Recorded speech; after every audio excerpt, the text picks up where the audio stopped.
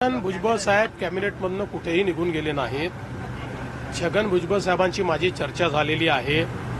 मी त्यांना आश्वस्त केलेलं आहे, हा जो काही GR आपण काढलेला आहे त्याच्याने ओबीसी समाजावर कुठलाही परिणाम नाही. हा सरसकट GR नाही, हा पुराव्याचाच GR आहे. मराठवाड्यामध्ये इंग्रजांचं राज्य नव्हतं, मराठवाड्यामध्ये निजामाचं राज्य होतं. त्यामुळे इंग्रजांच्या राज्यातले पुरावे हे इतर ठिकाणी मिळतात, मराठवाड्यात मिळत नाही. मराठवाड्यातले पुरावे हे निजामाकडे म्हणजे हैदराबाद गॅझेटमध्ये मिळतात. त्यामुळे तिथले पुरावे जे आहेत ते आपण ग्राह्य धरलेले आहेत. त्यामुळे जे खरे कुणबी आहेत त्या पुराव्यांमध्ये त्यांनाच हे मिळणार आहे.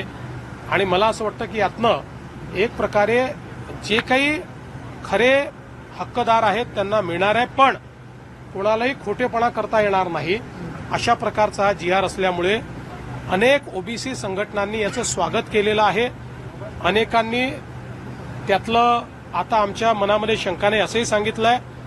मला असं वाटतं की भुजबळ साहेबांच्या मनातली शंका आम्ही दूर करू, इतरांच्या मनातली शंका दूर करू. एक गोष्ट ओबीसी नेत्यांना देखील माहिती आहे की जोपर्यंत हे राज्य आहे तोपर्यंत ओबीसीवर अन्याय होऊ शकत नाही. जोपर्यंत हे राज्य आहे तोपर्यंत एका समाजाचं काढून दुसऱ्याला देण्याचा विचार होऊ शकत नाही. आम्ही मराठ्यांचं मराठ्यांना देणार, ओबीसींचं ओबीसींना देणार आणि ज्यांना खरा अधिकार आहे त्यांना ते देणार. कोणाचं काढून कोणाला देणार नाही.